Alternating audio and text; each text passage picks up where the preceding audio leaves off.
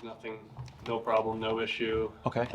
Other people, she barks at them like they're murderers, and it's just like, it's almost like there's no rhyme or reason, but it's still not good. Okay. So, I'm sorry, you said year and a half? Yeah. Okay. So,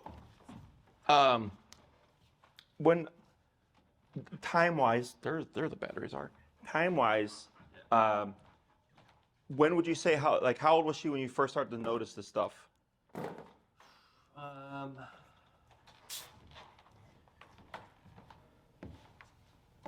Probably within around a year, give or take a month or two. So between 8 months and a year and 2 months. Yep. So dogs have 3 kind of pivotal life stages when they're coming from a pup. 6 months, a year, and 2 years. Okay. 6 months I like to explain as terrible twos brain, teenager body. At a year we have teenager brain, adult body. At 2 years we have adult dog. Okay. And whenever we get cases like this, it's either around these timelines, like you noted, about a year, somewhere a month or two, right? Or something will happen. So like I've had plenty of clients where they're with their puppy at the dog park. A dog attacks their puppy. The puppy's around 6 months, and the next day the puppy is antisocial. Okay. I go, yeah, because you're in a pivotal life stage there. They have a very negative experience, and then they become aggressive to all dogs. Okay, because now we've created distrust. Look, I'll go. Finish your. So at a year, like actually, I had a consult earlier, similar. Her dog started to show these behaviors at around a year, where the dog was becoming territorial over her and her home. I go, right, because your dog is becoming an adult. It's growing into their personality, and now you're starting to see these protective behaviors. Okay, what were you gonna say? Well, off of that real quick, she is like 100% my dog. Like she doesn't get excited for anyone else. Ever since I brought her home, like I imprinted on her or whatever. Like 100% my dog. Sure. She doesn't listen to others as well as she listens to me. I was gonna say, even since the incident, I still walk her and take her to the park, and she's totally fine in the park. No issues. She'll go up to other people, lick their hands, smell them. In the cage, no problem. But when we're in the cage, she'll bark at people outside of the cage. Sure. More than other dogs. Yeah, I have no issues. I'm not worried at all when I bring her to a dog park. Unless if there's a kid inside the cage, then she'll run up and bark at them aggressively. Until a week ago, I never would have thought she would have done anything like that. But yes, so this is not uncommon. People, when it comes to dogs, they tend to, if they've never seen it, they don't foresee it ever happening. Yeah. And I always tell people, like, it can happen at any time. It's just a matter of, is the dog under enough stress that they feel that they need to, right? Like this here, this is a dog bite. I don't know if you can see. This is 10 stitches. This is from a Great Dane. Dang. Okay, year-old, unneutered. This happened within 4 hours of arriving at my facility. The dog's not aggressive. He had never been put in a kennel before, and I was just at the time I had wire kennels. I wasn't here. I was in Logan Square, and I hadn't had a dog that big before. So I was just trying to see if he would fit in the kennel, and he bit me because he got scared. He had never been put in the kennel before. He freaked out. So when I called the owners, they're like, "Oh my God, like our dog is aggressive." I go, "No." I was like, he just panicked. I was trying to load him in the kennel. I'm assuming you've never put him in the kennel before. They said no. I'm like, that's why this happened. So the dog's not aggressive. He still comes to daycare. He still comes to boarding. This happened in October, November of 2019. So we were 4 years later and not an incident since. Okay. So shit happens. So my job is to kind of help you understand why it happened. And then to obviously prevent it from happening, and then to address it so that ideally it doesn't happen again. Okay. If you were to describe your dog personality-wise, like, would you think she's like a nervous dog, an anxious dog? What do you think? Around kids, yeah. In general, at home, not so much. Okay. When I brought her in here, she was super anxious. She was like trembling. Makes sense, right? Because it's the dogs barking in the back and all the smells and new environment. Yeah. So that anxiety, I agree. Like, it's just she's never been here before, so she's unsettled. but I pick up some nervousness from your dog, okay, which is most likely the root of the problem. So aggression isn't the problem itself, it's the outcome of a problem, okay? A dog isn't aggressive for the sake of being aggressive. Yeah. It comes from something. Yeah, I wouldn't say she's an aggressive dog, even Yeah. though she did what she did, but Yeah. she's super nice. People, when we use words like aggressive or whatever, they tend to think of it as a permanent label.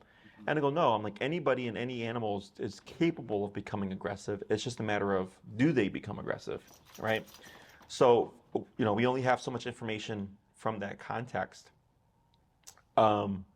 But I'm sure there's something behind it that led to the interaction, okay? Before booking your consult, did you do research on how we train or the methods that we use? I just went through your website Okay. and saw the type of collar you use. Correct. So we specialize in remote collar training. We sometimes use prong collar. That's usually when we're dealing with bigger dogs like Great Danes and stuff like that. But unless it's a puppy under 6 months, the rest of the dogs that we train are all on remote collar. Okay. The reason why I do remote collar training is because off the bat you get off leash control. So if the dog is off leash 20 feet away and like maybe they're trying to eat goose poop, we have the ability to stop that from happening. There's no other tool, in my opinion, that allows you to have that kind of reliable connection, because everything is based upon having physical contact with the dog, whether it's a prong collar, a harness, a gentle leader, a long leash, or whatever. All those tools, the moment you remove the tool or the leash or what have you, you no longer have contact. With the remote collar, I can take the dog off the leash but still have contact with them. Okay.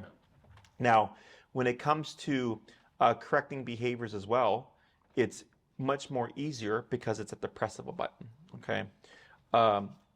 Dogs are physical creatures. They nip and bite each other, as I demonstrated with my dog bite here. She's obviously in the past week demonstrated she's also capable of it, right? Mm-hmm. Is that dogs as physical creatures are very mouth-based.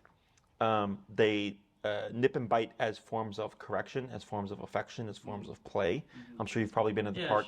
At the park she nips and she like does the air bite to let the dog know it's too much or not enough, but I've never had any issues with that. So other dogs do it to her, she does it to other dogs. Like, it's never a big deal. Correct, because that's how dogs communicate, right? So the remote collar, I like to refer to as a bite on a button, is I want the dog to perceive it similar to like being nipped by another dog if we're correcting something or if we're trying to teach something, okay? People tend to have a negative association because of what they think of the e-collar. They usually think like, oh, you're going to shock the dog or you're going to electrocute the dog. And I go, well, it's not electricity. It's electric, but not electricity is usually how I describe it. Are you familiar with what a TENS unit is? Yeah, I looked it up. Yeah, so e-collar is the same technology. It's just the muscle stimulator. And with the one that we use, we have 127 levels of variance from 0 all the way to 127 in increments of 1, which gives us 127 respective levels of intensity. Okay. Now, when applied to a human, typically they'll put the TENS unit on the human, they'll raise it, and then the person might say this is too much. They might lower it so that the system can do its job, right? For dogs, it's similar. We start low, we work our way up until we find a number that's going to work for the dog. Okay. Every dog is different, size, breed, age. None of that stuff dictates the collar. It's really just how the dog perceives it or receives it. Okay. I have a dog here right now. It's a German short-haired pointer. He's about 11, 12 months, and he's very resilient to the collar. His number is very high. He's around 70. Okay. And I have another dog that we did a board and train with not too long ago, and her number was 25. Completely different levels of intensity because of how they perceive the collar. Okay. And this is all stuff that I help you figure out and learn how to, if you're too high or you're too low. Okay. When it comes to addressing the issue, right, what are you looking to obtain from your training? Just confidence that when we're walking, she's not going to lunge out at anyone. No more barking at friends or adults that shouldn't be as perceived as a threat. Sure, yeah, that's correct. I don't know if children's going to be something we can accomplish, but If we can put that in there, that'd be great. Do you have any children in your family? No. No friends, family, anything like that? Maybe. Okay. But, Because that'll definitely be a thing. Okay. So I can help with the kid stuff, but we need kids. yeah. You know, we have a kid on the way, but it's going to be a couple of years before we have, Yeah. have them. So, okay, so we have the nervous reactivity. So actually, I'm going to have you not pet her. Okay. So I understand what you're trying to do, Yeah. right? You're trying to console your dog. Yeah. But what do you think you just told her right now? It's okay. Well, it's okay to growl at me and bark at me, right? So you're actually reinforcing the behavior that you're not wanting. So what I'm going to have you do is go ahead and bring her towards you. And you're going to pull up on your leash and then press down on her hindquarters. So go ahead and pull her closer to you. Yep. There you go. Just like that. And now relax. Good. Okay. Now, if she gets up, I'm going to have you repeat the process. This might get a little bit annoying. That's okay. And then relax. Okay. And No repeat. worries. It might take a while. Yeah, it's okay. It's fine. Yep. And repeat. So, this is a very common thing. Yep. Good. That I see is that people are wanting to console or redirect the dog, right? Using that affection.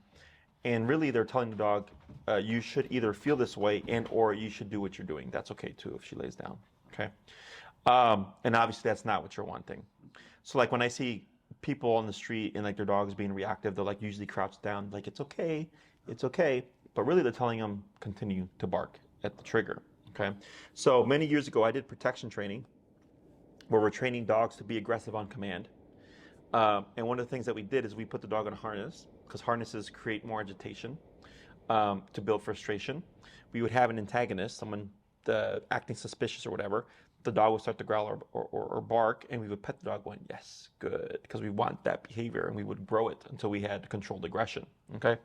Excuse me. So a lot of times, people are unknowingly creating protection dogs because they're reinforcing the behavior that they're actually trying to eliminate or address. If that makes sense. Okay. So, so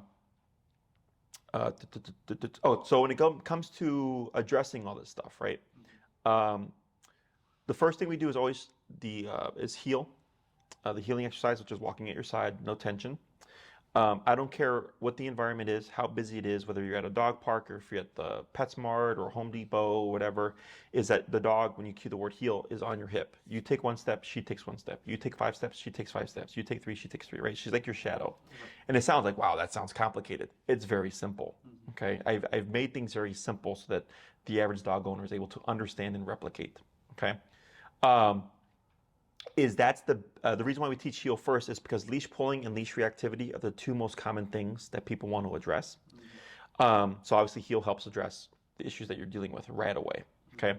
And then you're my feedback. So the first class, you show up with your dog, you have your leash, you have your collar, and I coach you through everything. I don't need to touch your dog, okay?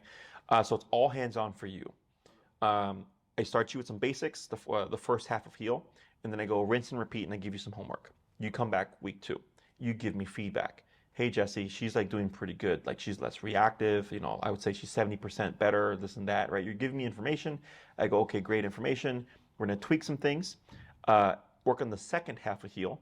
You go off, rinse and repeat, do your homework again. Come back, class 3, okay? By the third class, it's very rare, but sometimes if the owner is struggling with something, we might have to do controlled context, where I might have to come into the personal space or something like that to try to create the trigger or the reactivity so I can walk you through it in a controlled fashion, okay? But typically by the second class, most of the reactivity is done, okay? So then at that point, once we've addressed the reactivity, we can start moving into what we would call pressure exercises, okay? Pressure exercises are where I come in and I make contact with the dog. The dog that's just left right now was the same issue as your dog. Okay, that dog was human and dog reactive. Today, this is why I have this up here, did pressure. Okay, today was our 6th class. I wanted to do this 3 classes ago, but the wife was she wasn't ready emotionally for it. She was perceiving it was going to be really bad. It actually went really, really well. The reason why we have to put pressure on the dog is right now, you mentioned, I want my dog to not perceive threat, right, in the real world when she sees a person. Yeah. That is correct. But if we never close the gap, if I never make contact with her and push her past that threshold and work her through it, everybody remains a threat. Okay? What we need her to experience is, okay, I thought you were a threat. You came and you physically made contact with me. I acted out. I was corrected. You're still making contact with me, but nothing bad is happening. I'm not being hurt. I'm not being harmed. You're not being mean, right? Is she's able to have the experience and then realize it was in my head the whole time. Same thing with my client right now. Her dog has the same issues as yours, but she herself was perceiving this today was going to be really, really bad. She was making it worse in her head. And then once we experienced it, she's like, holy crap, like this was really, really good. I go, yes, you were making it to be something bad, right? So, but she needed to have the experience in order to realize, oh, my dog is making progress. Does that make sense? So same thing for the dog itself. I have to put the dog under pressure. In her particular case, all the precursor work that we did paid off because nothing happened. The dog didn't try to bite me. The dog didn't try to attack me. The dog didn't growl or anything. He was uncomfortable for sure. He was kind of like this. He didn't try to run away. Well, great. Everything, all the pressure that we put the dog under, all the stress and the fact that we worked him through it is what allowed him to handle the stress of today. Okay? So the e-collar is a stressor. Okay? Don't be surprised if you move forward with the training and we're doing the training if your dog looks more nervous or more anxious in the moment. Okay, because of the stress of the training. But we work the dog through it, and that's what helps the dog handle the stressors of life. Okay, so I own this building. It's 18,000 square feet. When I first, and this is me 12 years into my career, if I would have started 12 years ago here, I wouldn't have been able to handle it because it comes with too much stress. I started my business as by myself. I handled all my admin work. I handled calling back people, picking up the phone, scheduling them, doing the training. I did everything. And then as my business grew, I hired more employees. I acquired more responsibilities, more stressors, if you will, right? But now I'm able to handle all of this because I've grown with my business, right? It wasn't just given to me. Same thing for the dog.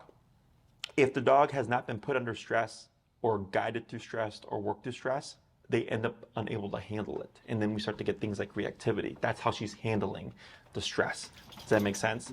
But we're needing her to learn that it's not needed. Okay? Questions so far? No. So, so we have leash reactivity, and you would like to also be able to socialize her, right? Now, if you were to have a guest come over to your home, how would she behave? Depends on the guest. Okay. So what does that look like? Let's say before they enter the door, she's gonna run up to the door and start barking at it. Okay. And she just hears it. Door opens. Depending on who it is, she'll just like run up, lick them, maybe jump on them once, and then go back to the floor. She doesn't like keep jumping up on them.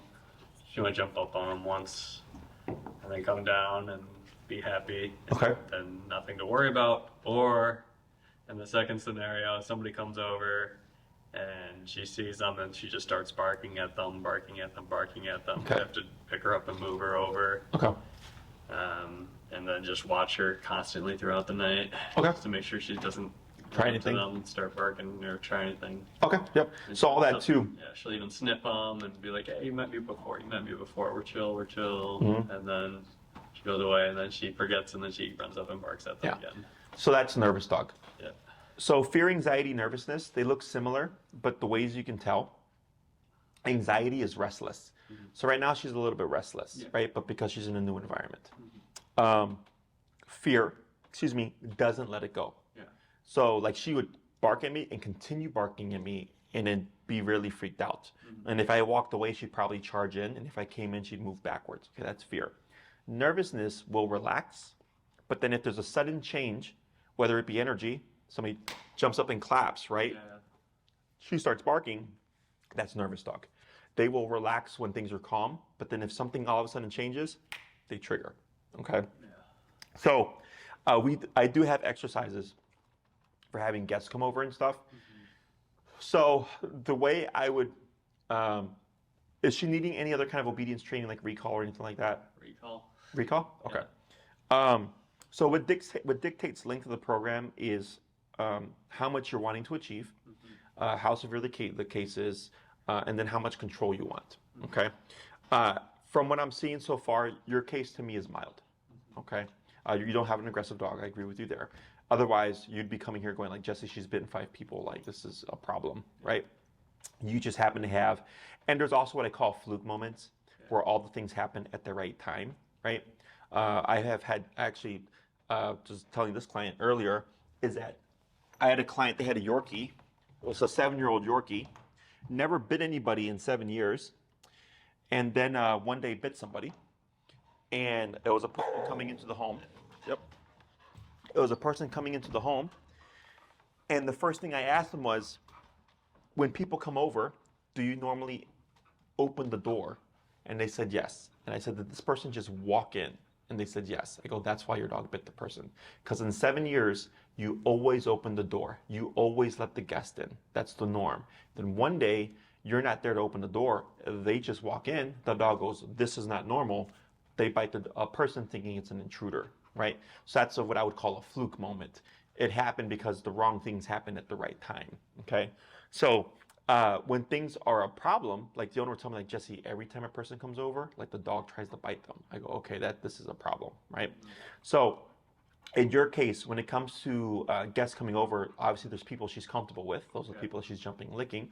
The people she's not either met before and or is not fully comfortable with are probably the people that you're seeing a bit of that kind of tension there, right? So that stems off of the territorial instinct. It's normal. When someone knocks or rings the doorbell, you know it's so-and-so coming because you invited them over to hang out or whatever. The dog will never know. Yeah. She's never thinking like, oh, when someone knocks, it's because dad invited them, right? She just thinks the norm is us. Yeah. And there's an outsider that wants to come in, right? Now, if you open the door and that outsider is someone she's met a million times and she likes them, it's good. But if it's someone she's like, I've not met you enough or I've never seen you before, now she's stuck, right? So we do have an exercise for bringing people into the home correctly to turn off the territorial behavior, and then exercises to help her open up to learn to trust them, okay? The only people I care about are the people that you would see regularly, your friends, your family, things like that. I don't care about like the random person. It's not going to help her behaviorally. If you wanted to do the exercise, you're obviously more than welcome to do it. But really, realistically speaking, as humans, we don't even like everybody that we meet, right? And I'm sure not everybody that meets me likes me. It's just how it is. The issue is dogs obviously will put out that confrontation, and that's not healthy, right? That's not acceptable in our world, okay? Questions on any of that? No. Does that make sense? Yeah. So in terms of like how I would see the program progressing and the structure of it, if you did, so we have 3, 6, 9, and 12-week programs. Think of 3 week as I want to walk my dog, address reactivity. 6 weeks is walk my dog, recall. 9 weeks is walk my dog, recall, go to a restaurant. And then 12 weeks is when the owner wants full off-leash control. Sit, stay down, come, place, heel. 6 commands built to an off-leash level, okay? Obviously with behavior, there's going to be, it's a variable in how much we can accomplish within the program because we're obviously going to be dealing with behavior as well, right? Is if you did 6 classes, I would call, it's what I call like the bare bones minimum, where I'm just really focusing on what I know is going to be important and beneficial to you, is heel has to happen. It's always going to be 2 classes, okay? Part 1 and part 2. Sure. The 3rd class, let's say her reactivity, for whatever reason you're struggling with it or whatever, and we have to do controlled context, we do reactivity the 3rd class, okay? We focus on that. Now, if that ends up happening, typically what I do is we cover reactivity 3rd class, and then I'll tell you, take a couple of weeks to practice, okay? And then email me. Let's say 2 weeks pass, and you're like, hey, Jesse, what you told me to do, it worked. Everything's great now. I go, great, let's come back for class 4. If you're still struggling, I will correspond with you via email and say, do this next, do this next, do this next, right? Once you understand how to address reactivity, it's just a matter of what's gonna work, okay? Because if I keep seeing you, we're gonna just keep doing the same things over and over again, and it's really just wasting your classes, okay? Once we find the solution, then I go, and you tell me like, hey, Jesse, it's working. I go, great, give it another week. You go and practice to make sure it's sticking. Then you come back and you're like, I'm ready for class 4. I go, great, let's schedule it, okay? In very, very, very rare cases, if the owner is just struggling, I'll tell them, okay, let's have another class. But at least we already eliminated a lot of possibilities that I would have done in the class anyways, right? So then, so we have 2 on heel, maybe a third on recall. I'm sorry, on reactivity. We could do it in-home, which is how do we have people come over, turning off the territorial behavior. Class 5 could be how do I correctly introduce my dog to people. We usually pair in positive reinforcement there as well. The 6th class would be a variable, right? Maybe you want to review something again with the behavior stuff or having people come over, or if everything's going great, we could cover recall, okay? So we're only getting heel and recall because we were focusing more on the behavior. I tend to target behavior more because I think that's the most important, right? Like you don't want your dog to bark at people, right? Yeah. So if you did 9 classes, it's generally the same layout, except now we have more time. So I could do 2 classes on heel, maybe on class on reactivity, recall, stationary control, and then that leaves us still 4 classes to do the in-home, how to properly introduce a dog to people, and then we have 2 classes as a variable, okay? If by that 7th to 8th class, you're feeling very good, you're like, hey, Jesse, I'm making a lot of progress, I'm very happy, I'm good with what I know behaviorally, what could I do? I would say, well, we can help push your obedience or the level of control you have to an off-leash level, okay? The only command that needs to be off-leash reliable is the recall. Otherwise, it's pointless, okay?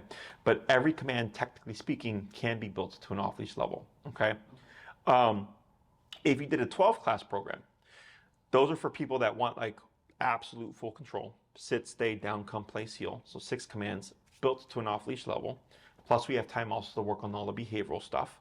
But we would most likely I would say typically by the 9th to 10th class, pending everything is progressing well, I'll typically recommend that the clients start to space out their classes.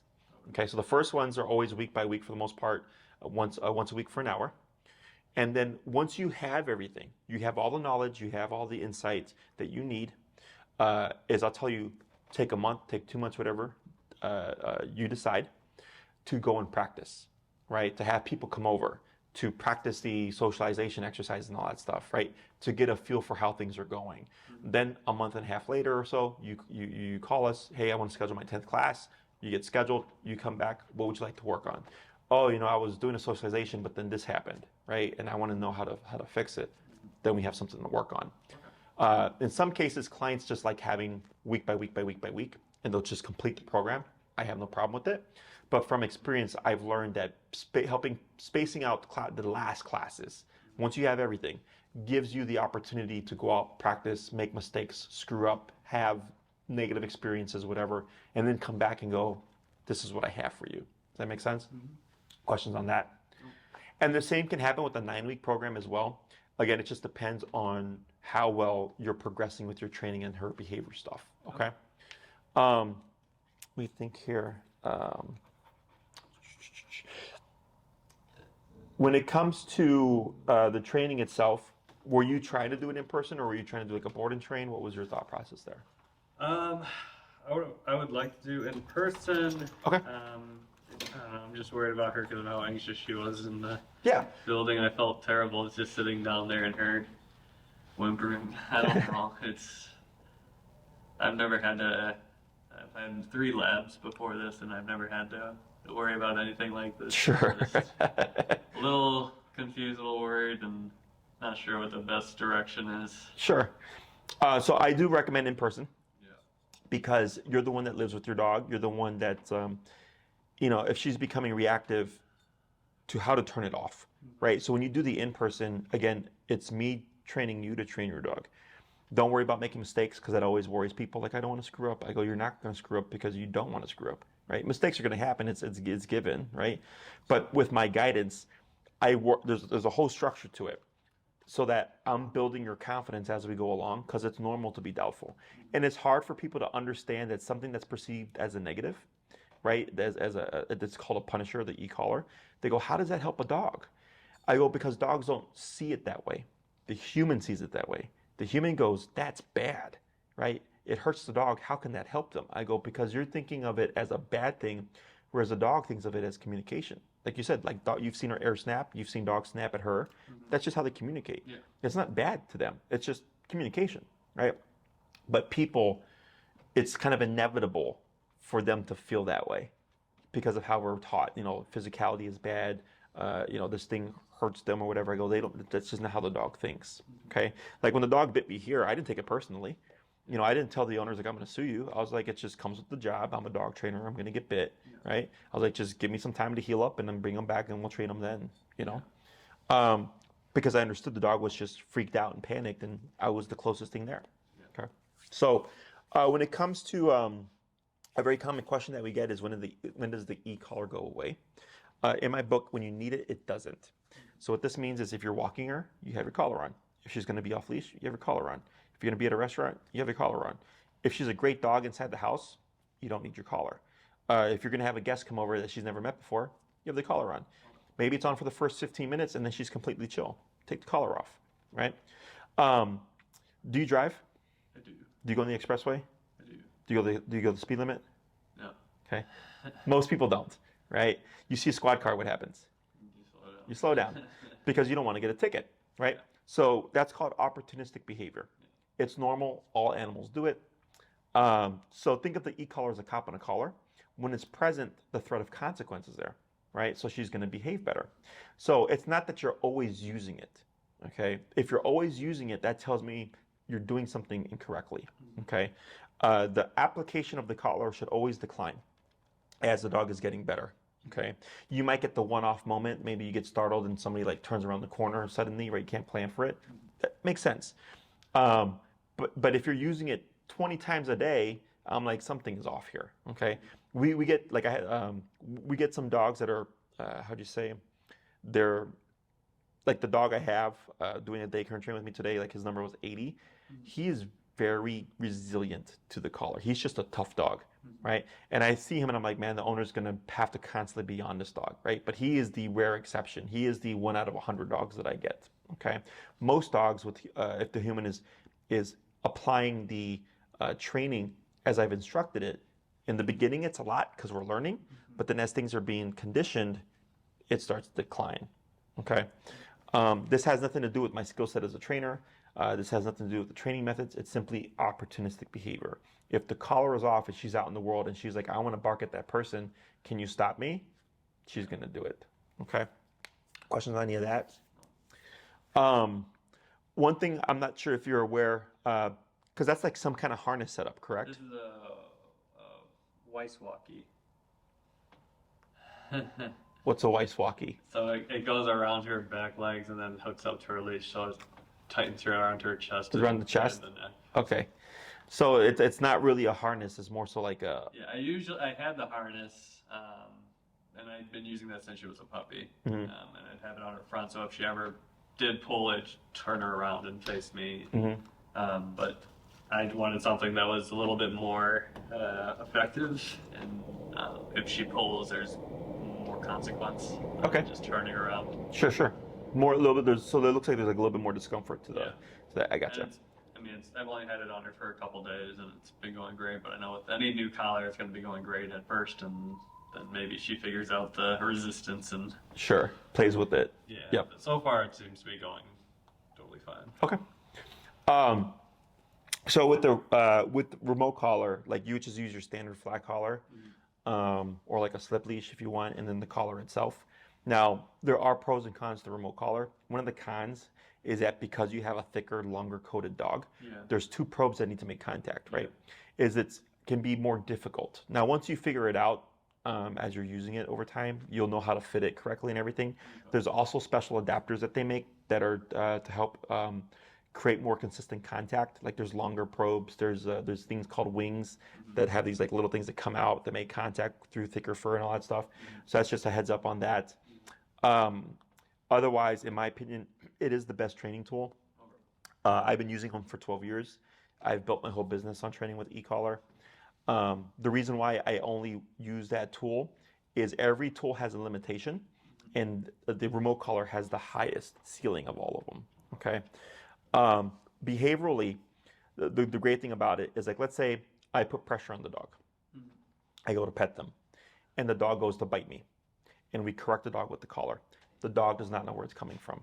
It makes me a neutral. It makes the human a neutral, the owner a neutral. Okay. If we have like a prong collar, which I'm sure you've seen, it's that spiky looking one that goes on the neck. The prong collar, if someone pulls it, the dog knows where it's coming from because they see it, right? So typically, if the owner has the dog on the prong and the dog lunges at me because it perceives a threat and the owner corrects them, the way I try to explain it to people is the dog's not doing anything bad to them, right? They're thinking, this is a potential threat. It's coming into our personal space. I'm going to protect us. So when the owner goes to correct, the dog's like, well, why are you correcting me for trying to protect us? Does that make sense? There's a little bit of confusion there. With the remote collar, after we've conditioned it, when we go to correct these behaviors, the dog doesn't know, is it coming from my owner? Is it coming from you? Is it coming from God? Right? Like, where's this coming from? And it keeps everybody neutral. So then the dog starts to realize it's their behavior that causes the collar to turn on, not the person. So then once I pet them and they realize, oh, you're not causing me any kind of bodily harm or whatever, you're not being mean, it was just me presuming you're going to be a threat when everything is actually fine. Does that make sense? So it's the only tool, in my opinion, that allows us to do that because there's that kind of disconnect. Okay.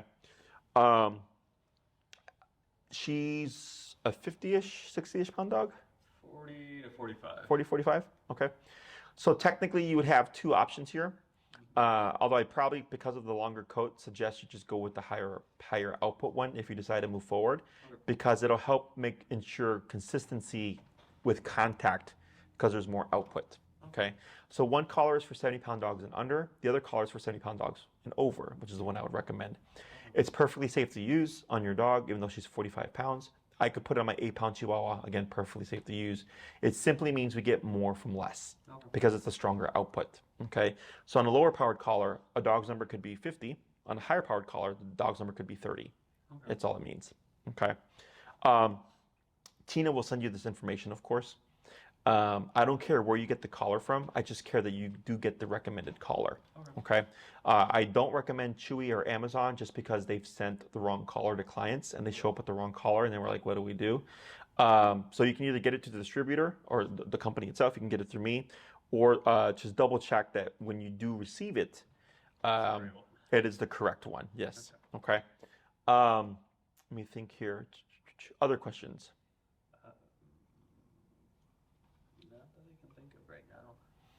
How'd you hear about us? Just Googled aggressive dog trainer. Okay. West Loop. Oh, okay, sure. So you're nearby. Yeah. I gotcha. We just moved here like a year ago. We were out in Logan Square. So I did home to home for a long time, for like 8 years, 7 years, and then I got a brick and mortar finally, and I was in Logan Square for 3 years, and then we bought this place a year ago. So It's not too far. yeah. Trying to think. So just make sure that I'm clear on what you want to cover. We have leash reactivity. We have socialization. And with dogs, she's fine, correct? Yeah, with Yeah, other so dogs, it's just the people stuff. Yeah, she'll like nip and bark at them, but just same way other dogs do to her. Oh, the kid thing. Yeah. Right? So I'll try to find some kids. I just gotta. I don't know if there's any kids I feel comfortable as test dummies. yeah. So I need to try. when it comes to the socialization stuff, okay, one thing that I recommend that'll help give you peace of mind is muzzle conditioning. Yeah. Have you done any muzzle I conditioning have not, yourself? but I thought about it. Yes. Yeah. I would recommend it just because let's say we get to a stage where you need to socialize it with the kids. Yeah. You've already done the groundwork. So even if you muzzle condition and then when you're doing the socialization stuff with grown-ups, right, with adults, and you're like, yeah, this is going really well, like it's great, and you don't feel like you need it, well, at least you know you have it there in case in the future you might need it, right? It's nothing good or bad. It's just another tool in the toolbox.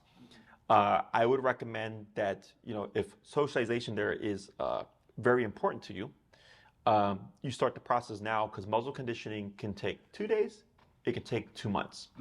So if you move forward with the training, we're doing everything, and then it's like, okay, we're ready for socialization, and then maybe she's how do you say, being more difficult. Yeah. You've already done the conditioning. We already have it ready to go. Because I've had it happen to clients where they don't do it. We get to socialization, and I'm like, well, I can do it because I have a sleeve, right? But I was like, but the average person is going to be like, you want me to do what? Because your dog used to do what, right? And there's nothing to keep me safe. you're not going to be able to socialize, right? And then they would go to muzzle condition, and then they either fall off the map or it takes them like 8 months before they come back. They're like, okay, we finally got the muzzle condition. We're ready to go. Okay. If you start the process now, we're just that much further ahead in case we do need it. When you say muzzle condition, you just mean getting her used to the Yeah, being able to wear it. So we use, I think I have one up here with me, what are called basket muzzles.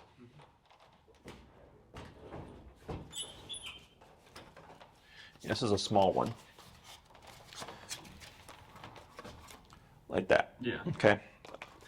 These are called basket muzzles, and they're meant for extended wear. So, like, let's say you're going to throw a party or something, and you're going to have a bunch of people she's never met before, and you want her to get her used to that environment, but you don't want to have to worry about something happening, right? Is in order for her to learn how to be within that context, you have to expose her to that context, right? That's where the muzzle comes into play, because then you can have her kind of be organically free roaming without in the back of your head being worried about what happens if she tries to bite someone, or if someone does something stupid and does what you tell them not to do and like go and pet her or something like that. I've had that happen to clients. Okay, so the muzzle allows you to push for the most because you have that as a buffer to limit the liability. Okay, so when it comes to the muzzle, in some cases the owners just feel better with it, like if they have guests come over, and they'll just keep it on the dog. In other cases, they'll have it on the first 15 minutes, and then once they feel the dog is calmed down or whatever, they'll take it off. In other cases, the owners will move to the point, get to a point where they're like, you know what, our dog's great, like we don't need the muzzle anymore, and then they don't have it. Let's say in the future, you do need to socialize with kids, right? You've already done the groundwork, you already have that muzzle available to you. Okay, so I highly recommend it, just because if you get to that point where we're trying to socialize, again, I have tools that allow me to do stuff without worrying about risk of harm, but the average person is not going to have access to that. Okay. And if you email Tina, we have resources on my website that she can email you that have like muzzle conditioning videos and all that stuff. It's very simple. You use food, feeding her either treats and her daily meals from the muzzle, and then eventually she should be able to wear it and not care about it, kind of like if she was just wearing a collar. Okay. Other questions? No. In terms of like which program I would recommend, 9 is usually a good, how do you say, medium. Safe. Yeah, because 6 sometimes can cut it a little bit too short. Yeah. I always, if you come and you're like, this is what I want to work on, as long as we've covered heel for the first 2 classes, we can pretty much do whatever the owner wants. But I just can't guarantee, because you have a few more things that you'd like to accomplish with her. With 9 classes, I'm very confident we'll get all that stuff done. 12 isn't, if you really wanted it. I'm fine doing 9, and then if we have free classes, we can figure out some more stuff we can learn and teach her. And if we need them all, then we need them all. And if we want to go on, we can go on. So one thing, just as FYI, let's say you do 9, we use 7, you're very happy, and you just have the 2. You can either pocket them in case something ever happens, or you're more than welcome to convert them to credit. And if you ever need to board her anywhere or anything like that, you're welcome to bring her here. We just use whatever the remainder is, credit it towards your boarding stay and all that. Okay, so that's not a problem either. I look at it as you've invested your money in us. We've accomplished what you wanted in a shorter time frame. You can use that. I mean, I wouldn't even mind going on to more off leash. Yeah, or we could do that too. Like, that's why I'm comfortable. Yeah. Please keep in mind, I can only take you as far as you're willing to go. Yeah. Every case is different. I don't know how it's going to play out once we get started. Sure. So what that means is, like, if she ends up being really resilient to the collar and her number is very high, a lot of times people feel bad, okay, because they're like, wow, I'm on 80, and I feel bad about using 80, right? And they will use less than 80, but your 430 is going to be here. Is here already. Okay, tell her, give me a couple minutes. Okay. Is what happens is the owner will be like at 40 or something, and then they'll be like, yeah, the dog's not making progress. I'm like, yes, because your dog needs 80, but you're only comfortable with doing 40, and that's why the dog's not making progress. Okay. Again, it's a structured approach. So if your dog ends up having a higher number, it's going to make sense why it's there. Okay. Did you watch any of our videos at all, training videos? So if you go to my website, canineperspective.com, on the homepage, if you go up a little bit, you'll see some videos. If you click on it, it'll take you to my YouTube channel. I've been working on putting a lot of information out there for people. There's one, if you type in reactivity in the search bar, I have a few videos on me discussing reactivity and how it works, and I use client footage and I explain the process to help kind of give an understanding of how everything works. Okay. When it comes to booking, if you decide to move forward, you can ping Tina with an email. Say, hey, Tina, sign me up for 6, sign me up for 9. And if you give her your schedule, it'll help expedite things because she's going to cross-reference my schedule with your schedule to see what's going to work. Okay. Do you work in a hospital or anything? Dental clinic. Dental clinic, okay. Do you have a fairly consistent schedule or is it? Right now, yeah. Okay. So then it's best if you give us windows of time. Yeah. So if you're like, Saturday I'm free all day or Saturday I'm free after 4, it makes it easier for her to book. A lot of times clients are like, I'm Monday at 5, Tuesday at 3. I'm like, okay, that's too specific. It's harder to figure out. Sure. So that helps out a lot if you just give windows if possible. Sure. And then she's going to send you a contract form. Please keep in mind she goes by the contract, so once that's submitted, she knows you're serious. Sure. Feel free to ask questions about the contract, okay? We do book first come, first serve, so sometimes clients are asking a lot of questions, and in the meantime, I'm getting booked. So just heads up on that, okay? Anything else? No, I appreciate you, and thanks for explaining everything. Yeah, no worries. If there's anything you forgot to ask, excuse me, feel free to ping Tina with the email. If it pertains to me, I'll send her an email. She'll forward it to you. Otherwise, if you have any other questions, just let us know. Right. Okay? Awesome. Appreciate it.